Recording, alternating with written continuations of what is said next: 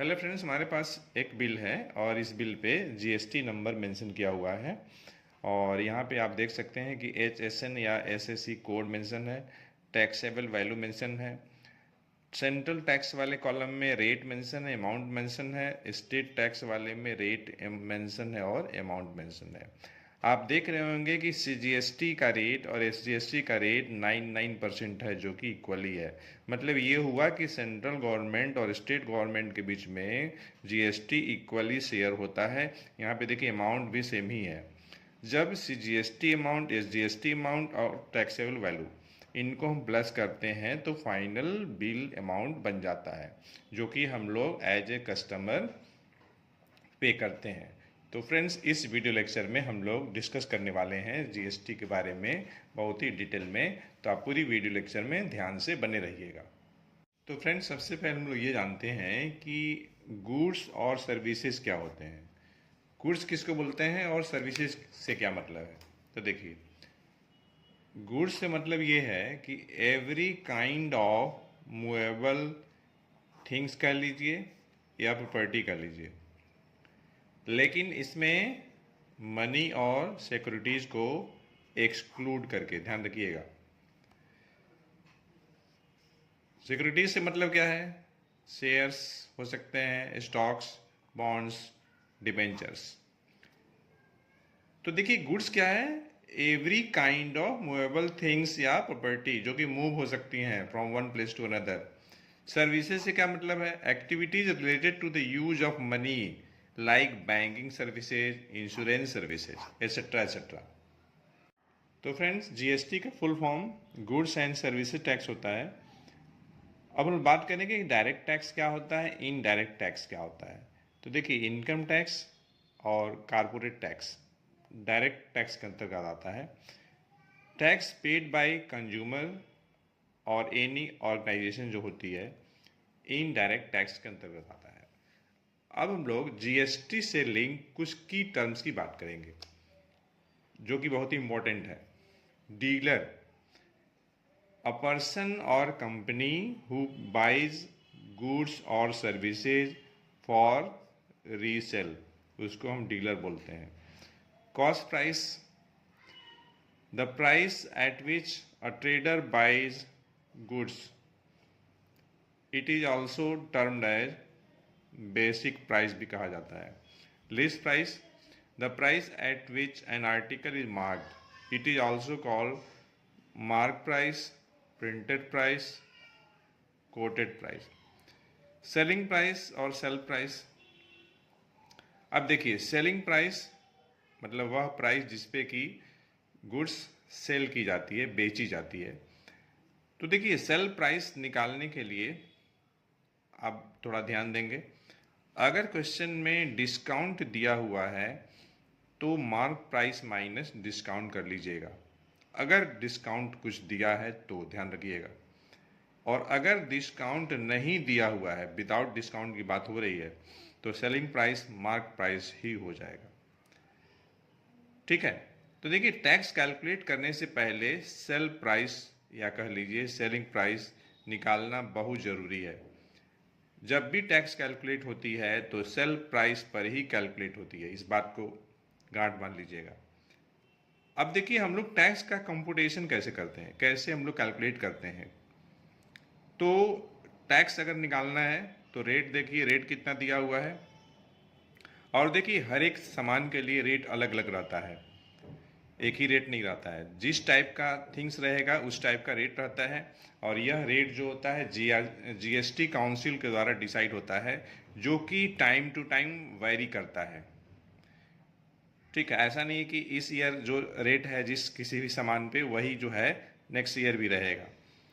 तो वह वेरी करता रहता है and that is decided by the GST council. तो देखिए, टैक्स अमाउंट निकालना है तो आप रेट देखिए, तो rate of tax into sale price कर लीजिए। जितना ये टैक्स आएगा उसको आप सेलिंग प्राइस में प्लस कर देंगे, टैक्स को सेलिंग प्राइस में प्लस कर देंगे तो आपका बिल अमाउंट बन जाएगा, मतलब जितना अमाउंट आपको पेमेंट करना होगा। तो फ्रेंड्स, हम लोग बात ये कर लेते हैं कि हम लोग सेलिंग प्राइस या सेल प्राइस निकालते कैसे हैं। तो देखिए मार्क प्राइस माइनस डिस्काउंट कर लीजिए, ठीक है। या तो आप डायरेक्ट क्या करिए कि 100 minus rate of discount upon 100 into mark price कर लीजिए। इसमें क्या है कि डिस्काउंट आप निकालिए, बिल्कुल उसमें कंसेप्ट वही लगाना है परसेंटेज वाला, और जितना डिस्काउंट आएगा मार्क प्राइस में से माइनस कर लीजिए तो आपका सेलिंग प्राइस आ जाएगा। या तो फिर इस तरीके से कर सकते हैं direct 100 minus rate of discount upon 100 into mark price. अगर एक से ज़्यादा डिस्काउंट दिया हुआ है यहाँ, तो हम जो पहला जो फॉर्मूला है सिंगल डिस्काउंट जब दिया रहेगा तब लगाएंगे। जब एक से ज़्यादा डिस्काउंट दिया हुआ है तो आप डायरेक्ट निकाल लीजिएगा selling price equals to 1 minus D1 upon 100 into 1 minus D2 upon 100 into 1 minus DN upon 100 into mark price. यहाँ पे देखिए D1, D2, D3, D4, DN ये जो है रेट ऑफ डिस्काउंट है, और ये देखिए सक्सेसिव डिस्काउंट की बात हो रही है, यहाँ पे सिंगल डिस्काउंट की बात हो रही थी। तो इस तरीके से सेलिंग प्राइस हम लोग निकाल सकते हैं। अब थोड़ा हम लोग देखें कि किस तरीके से अगर हमारे पास मार्क प्राइस दिया हुआ है, रेट ऑफ डिस्काउंट दिया हुआ है, तो हम लोग सेलिंग प्राइस निकालेंगे।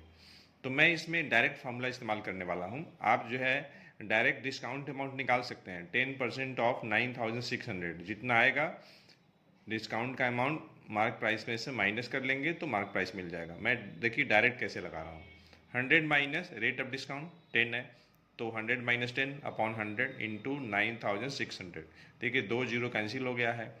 100 माइनस 10 90 आ जाएगा, 90 इंटू 96 करेंगे तो 8640 आ जाएगा।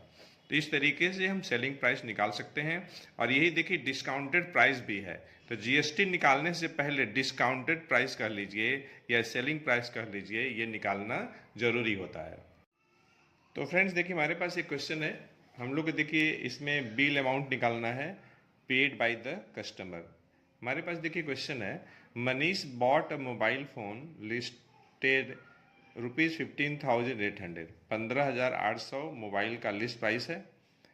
If he got a discount of 6.5% on it, discount उसको मिला है 6.5%, and paid tax at the rate of 12%, find the total amount he paid for the mobile phone। Total amount निकालने का मतलब है बिल अमाउंट। निकालने से पहले हम लोग क्या करेंगे, डिस्काउंटेड वैल्यू निकालेंगे। तो देखिए मार्क प्राइस 15,800, डिस्काउंट दिया हुआ रेट 6.5%, तो 6.5 ऑन 100 इंटू 15,800, इसे हम लोग सॉल्व करेंगे। तो देखिए 2 जीरो कैंसिल हो गया है यहाँ से, तो 6.5 इंटू 158 करेंगे तो आपका आ जाएगा 1027। सेलिंग प्राइस निकालेंगे या सेल प्राइस या डिस्काउंटेड प्राइस निकालेंगे। डिस्काउंटेड प्राइस मतलब प्राइस आफ्टर डिस्काउंट। तो डिस्काउंट आया है 1027, हम लोग क्या करेंगे मार्क प्राइस में से माइनस करेंगे। 15,800 में से 1027 माइनस कर लिया तो आ जाएगा 14,773। और बच्चों इसी प्राइस पे हम लोग टैक्स कैलकुलेट करेंगे।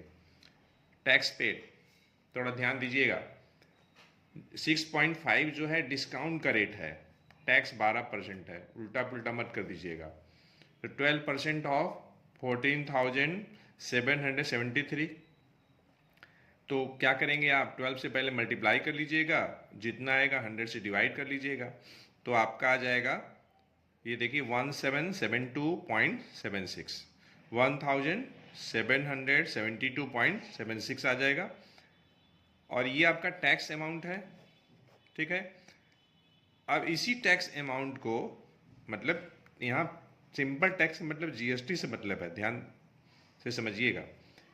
तो जब इस जीएसटी अमाउंट को डिस्काउंटेड प्राइस में प्लस करेंगे, मतलब 14,773 में जब इसे आप प्लस करेंगे तो आपका फाइनल बिल अमाउंट बन जाएगा। तो आप देख रहे होंगे कि फाइनल बिल अमाउंट 16,545.76 है। तो इस तरीके से हम लोग क्वेश्चन करेंगे। तो फ्रेंड्स हम लोग जो क्वेश्चन करने वाले हैं रेट निकालने से मतलब है, अगर हमें रेट ऑफ टैक्स निकालना है, मतलब जीएसटी का अगर रेट निकालना है तो हम लोग क्या करेंगे, तो देखिए क्वेश्चन हमारे पास, Sonu bought a shirt listed at rupee 850 for 892.50 after paying tax, what is the rate of tax. ध्यान दीजिएगा, इसमें देखिए लिस्ट प्राइस दिया है या मार्क प्राइस दिया हुआ है या कैटलॉग प्राइस है या कोटेड प्राइस, इसी को हम बोलते हैं लिस्ट प्राइस को ही। 850 दिया हुआ है, टैक्स ले करके जो पेमेंट किया गया है 892.50 पेमेंट किया गया है। तो टैक्स अमाउंट कैसे निकालेंगे, एसपी माइनस एलपी कर लेंगे। तो 892.50 में से 850 माइनस करेंगे तो आ जाएगा 42.50 रुपीज़ आ जाएगा। रेट ऑफ टैक्स निकालना है तो टैक्स पेड मतलब GST paid upon list price into 100 कर लेंगे। तो यहाँ से देख लीजिए 42.50 अपॉन 850 इंटू 100 है। आप 100 से मल्टीप्लाई कर लीजिए क्योंकि पॉइंट के बाद 2 जीरो मतलब 2 डिजिट है। तो इस तरीके से न्यूमरेटर में 4250 आ जाएगा अपॉन 85। अब देखिए, नहीं यहाँ पे एक जीरो भी रहेगा ना। अब देखिए जब एक जीरो कैंसिल हो जाएगा तो न्यूमरेटर में 425 आएगा और डिनोमिनेटर में 85 आएगा। अब डेफिनेटली जो है 425 85 से 5 बार में कैंसिल हो जाएगा। इस तरीके से रेट ऑफ जीएसटी कितना आ गया, 5% आ गया। तो फ्रेंड्स अब लोग ये जानते हैं कि जीएसटी इंट्रोड्यूस कब की गई। तो जीएसटी इंट्रोड्यूस की गई 1 जुलाई 2017 को with the main motto one nation one tax. GST से पहले बहुत सारी टैक्सेस थे जैसे कि entry tax, luxury tax, lottery tax, entertainment tax, custom duty, service tax, excise duty, VAT. लेकिन इन सभी को रिप्लेस करके जीएसटी इम्प्लीमेंट की गई और यह जो जीएसटी है न्यू इनडायरेक्ट टैक्स है। तो बच्चों हम लोग बात करते हैं जीएसटी के फीचर्स के बारे में। तो it is a consumption based tax, it has replaced all former indirect taxes, it is to be levied at every point of sale, transfer of goods और सर्विसेज और both, it is applicable throughout the country. अब लोग बात करते हैं कि regions क्या थे, जीएसटी इंट्रोड्यूस करने के पीछे रीजन्स क्या थे। To avoid double taxation, to reduce tax evasion, to remove multiplicity of taxes, to reducing tax payers difficulties. तो बच्चों हम लोग बात करते हैं कि जीएसटी कितने टाइप के होते हैं। तो देखिए सेंट्रल जीएसटी और सीजीएसटी बोलते हैं शॉर्ट में, स्टेट जीएसटी एसजीएसटी शॉर्ट में बोलते हैं, union territory GST in short यूजीएसटी, integrated GST IGST. अब बच्चों हम टाइप्स ऑफ सेल की बात करते हैं, कितने टाइप ऑफ सेल होते हैं। तो देखिए दो टाइप होते हैं, इंट्रा स्टेट मतलब क्या हुआ, sale within the same state, और इंट्रा स्टेट ट्रांजेक्शन कह लीजिए या सेल कह लीजिए, इसमें सीजीएसटी और एसजीएसटी की बात होगी जो कि इक्वली शेयर होगा और आईजीएसटी नील होगा। इंटर स्टेट सेल या ट्रांजेक्शन के केस में देखिए इंट्रा स्टेट मतलब क्या हुआ, sale within the same state, inter state मतलब क्या हुआ, sale from one state to another state. और जब इंटर स्टेट ट्रांजेक्शन या सेल की बात होगी तो आईजीएसटी का कंसेप्ट रहेगा, मतलब आईजीएसटी एप्लीकेबल होगा, सीजीएसटी और एसजीएसटी नील होगा। तो बच्चों अब जो हम लोग क्वेश्चन करने वाले हैं उस क्वेश्चन में हम लोग ये देखेंगे कि कैसे हम जानेंगे कि जीएसटी पेबल कंडीशन में है कि जीएसटी क्रेडिट कंडीशन में है।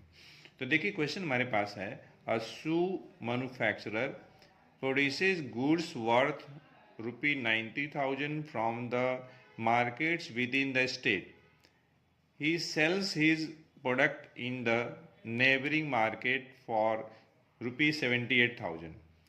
If the common rate of GST is at the rate of 18%, find the GST payable GST credit for the above transaction. तो बच्चों सबसे पहले आप ये देखिएगा, जब क्वेश्चन पूछेगा कि जीएसटी पेबल और जीएसटी क्रेडिट की बात हो रही है तो आप क्वेश्चन को ध्यान से पढ़िए और देखिए कि सेल या transaction within the state हो रहा है या फिर from one state to another state हो रहा है। यहाँ पे आप साफ देख सकते हैं विद इन द स्टेट बात हो रही है। ठीक है। अच्छा, अब देखिए, चूंकि सेल या ट्रांजैक्शन कर लीजिए with in the same state हो रहा है, मतलब क्या हुआ, ये बात हो गई intra state. Intra state, intra state sale की बात हो रही है, ध्यान से समझिएगा। और अगर इंट्रा स्टेट सेल की बात हो रही है तो इस केस में हम बात करेंगे सीजीएसटी और आईजीएसटी की बात करेंगे। आईजीएसटी नील होगा। तो देखिए, इनपुट जीएसटी 18%, क्योंकि देखिए कॉमन रेट दिया हुआ है इनपुट और आउटपुट के लिए। ठीक है, 18% ऑफ इनपुट, इनपुट पर भी ध्यान दीजिएगा, मतलब खरीदते समय। तो देखिए, जो गुड्स वो परचेज किया है 90,000 का किया है, मतलब 90,000 जो है रॉ मटेरियल का कॉस्ट है ये। तो 90% इंटू 80/100, 2 जीरो कैंसिल हो गया। तो इनपुट जीएसटी आपका आ गया 16,200। ध्यान दीजिएगा बच्चों। आउटपुट जीएसटी 18% ही क्यों लिए, क्योंकि कॉमन रेट ऑफ जीएसटी दिया हुआ है 18%। और यहाँ पे देख लीजिए, जो भी प्रोडक्ट बन रहा है उसको नेबरिंग मार्केट में ही बेचा जा रहा है, बाहर नहीं बेचा जा रहा है। 78,000 में 2 जीरो यहाँ कैंसिल हो गया। तो 780 इंटू 18 करेंगे तो 14,040 आ जाएगा। तो हम देख रहे हैं कि इनपुट जीएसटी 16,200 है, आउटपुट जीएसटी 14,040 है। मतलब क्या हुआ, output GST less than input GST. तो ऐसी कंडीशन में जीएसटी क्रेडिट की कंडीशन में होगी। तो माइनस तो हम बड़े में से छोटे ही करेंगे, बड़ा अमाउंट मतलब में से ही छोटा करेंगे। ठीक है, लेकिन यहाँ पे हम लिखेंगे क्रेडिट की कंडीशन। तो इस तरीके से इसमें जीएसटी क्रेडिट कंडीशन में आया और उस अमाउंट को भी आप निकालेंगे। तो जो बड़ी जो जीएसटी है उसमें से छोटी वाली जीएसटी माइनस कर दीजिए, तो आपका आ जाएगा 2,160 आ जाएगा। देखिए, हमारे पास जो नेक्स्ट क्वेश्चन है, Mrs Lata has a leather cost manufacturing unit in state A. She buys raw material worth 80,000 from a supplier from state B at a discount of 10%. She sells her product worth 2,22,000 outside the state. If the common rate of GST is 2.5%, find the IGST payable or credit of Mrs. Lata. ध्यान से समझिएगा। यहाँ पे देखिए, cell जो हो रही है वन स्टेट टू अनदर हो रही है, मतलब यहाँ इसमें जो है इंटर स्टेट सेल की बात हो रही है। तो इस केस में आईजीएसटी की बात होगी, आईजीएसटी के कंसेप्ट होगा। तो इनपुट आईजीएसटी अमाउंट, तो देखिए 5% ऑफ, मैंने 5 क्यों लिया, सीजीएसटी का डबल कर दिया हूँ। सीजीएसटी का रेट 2.5 है, तो जीएसटी जब लिखेंगे तो सीजीएसटी जो भी रेट दिया है उसका डबल कर देंगे। लेकिन देखिए, आईजीएसटी निकालने से पहले हमें डिस्काउंटेड वैल्यू निकालना पड़ेगा। तो मैं यहाँ पे डायरेक्ट लिखा हूँ, देखिए 100 माइनस 10 लिखा हूँ, क्योंकि डिस्काउंट 10%। मिसेस लता जो रॉ मटेरियल परचेज की है ना, 10% डिस्काउंट पे परचेज की है। तो डिस्काउंटेड प्राइस कैसे निकालेंगे, 100 माइनस 10/100 इंटू 80,000। 100 माइनस 10 90 आ गया, 90/100, तो यहाँ से 2 जीरो कैंसिल हो गया। तो 90 इंटू 800, तो आपका आ जाएगा 72,000। 2 जीरो यहाँ से कैंसिल हो गया, तो 5 इंटू 720, तो 3,600 आपका इनपुट आईजीएसटी आ गया। अब आउटपुट आईजीएसटी निकाल लेते हैं। आईजीएसटी की बात मैं क्यों कर रहा हूं, क्योंकि इंटर स्टेट ट्रांजेक्शन की बात हो रही है। सेल जो हो रही है वन स्टेट टू अनदर हो रही है, मतलब ट्रांजेक्शन जो हो रहा है from one state to another हो रही है, इसीलिए हम बात कर रहे हैं आईजीएसटी का। तो 5% ऑफ 2,20,000। अब यहाँ भी डिस्काउंटेड प्राइस मत निकालिएगा, क्योंकि खरीदते समय 10% डिस्काउंट की बात हो रही है, बेचते समय नहीं। 2 जीरो कैंसिल हो जाएगा, तो 5 इंटू 220 11,000 आ जाएगा। देखिए output IGST 11,000, input IGST 3,600। Obviously output IGST जो है, output IGST is greater than input IGST। तो इसका मतलब ये हुआ कि IGST जो होगा पेबल के कंडीशन में होगा। तो 11,000 माइनस 3,600, तो आपका आंसर आ जाएगा 7,400 आ जाएगा। तो बच्चों अब तक हम लोगों ने जो क्वेश्चन किया है, कितने टाइप के क्वेश्चन किया है? GST क्रेडिट, पेबल से रिलेटेड, अमाउंट ऑफ बिल से रिलेटेड, नेट GST से रिलेटेड। अब हम लोग जो नेक्स्ट क्वेश्चन करने वाले हैं रिडक्शन इन प्राइस से रिलेटेड। हेलो फ्रेंड्स, जो नेक्स्ट क्वेश्चन हमारे पास है फाइंडिंग रिडक्शन नीडेड, और क्वेश्चन कुछ इस तरीके से है। Honey goes to a shop to buy mobile phone costing 8,736, the rate of tax is 12%. She tells the shopkeeper to reduce the price of the mobile phone to such an extent that she has to pay 8,736, जो cost price है उसको उतना ही देना पड़े, including tax, tax को लेकर के। Find the reduction needed in the price of the mobile phone. तो let the reduce price be X, मैं रिड्यूस प्राइस मान रहा हूँ, ठीक है। तो रिड्यूस प्राइस से हम टैक्स पेमेंट करेंगे, तो x प्लस 12x/100, इन दोनों को हम प्लस कर दिए, तो आपका आ जाएगा 112x/100 इक्वल्स टू 8,736। x निकाल लेंगे तो आपका आ जाएगा 7,800। देखिए ये आपका आया रिड्यूस्ड प्राइस आया, मतलब 8,736 से इतना हो गया। तो कितना रिडक्शन हुआ, क्या करेंगे? 8,736 जो प्राइस था उसमें से रिड्यूस प्राइस माइनस कर लेंगे, तो 8,736 माइनस 7,800 जो यहाँ आया है, जब हम माइनस करेंगे तो माइनस करने पे जो आएगा 936 आएगा, और यही आपका reduction needed in the price of the mobile phone आएगा। तो बच्चों हमारे पास जो नेक्स्ट क्वेश्चन है फाइंडिंग मार्क प्राइस से रिलेटेड है। तो देखिए क्वेश्चन है, Sunita bought a sari for ₹3,696 including 12% tax, मतलब साड़ी पे 12% का टैक्स है, और एक सलवार सूट भी खरीदी है 567 का जिस पे 5% टैक्स है।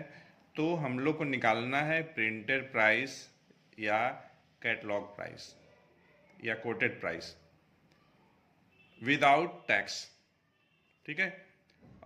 दोनों का निकालना है, साड़ी का भी निकालना है और सलवार सूट का भी निकालना है। तो हम मान लेते हैं let printed price of sari भी x। तो देखिए x प्लस रेट दिया है ना 12%, टैक्स से मतलब GST से मतलब है, तो x plus 12% of x equals to 3,696, इन दोनों को प्लस कर लेते हैं तो 112x/100 आ जाएगा।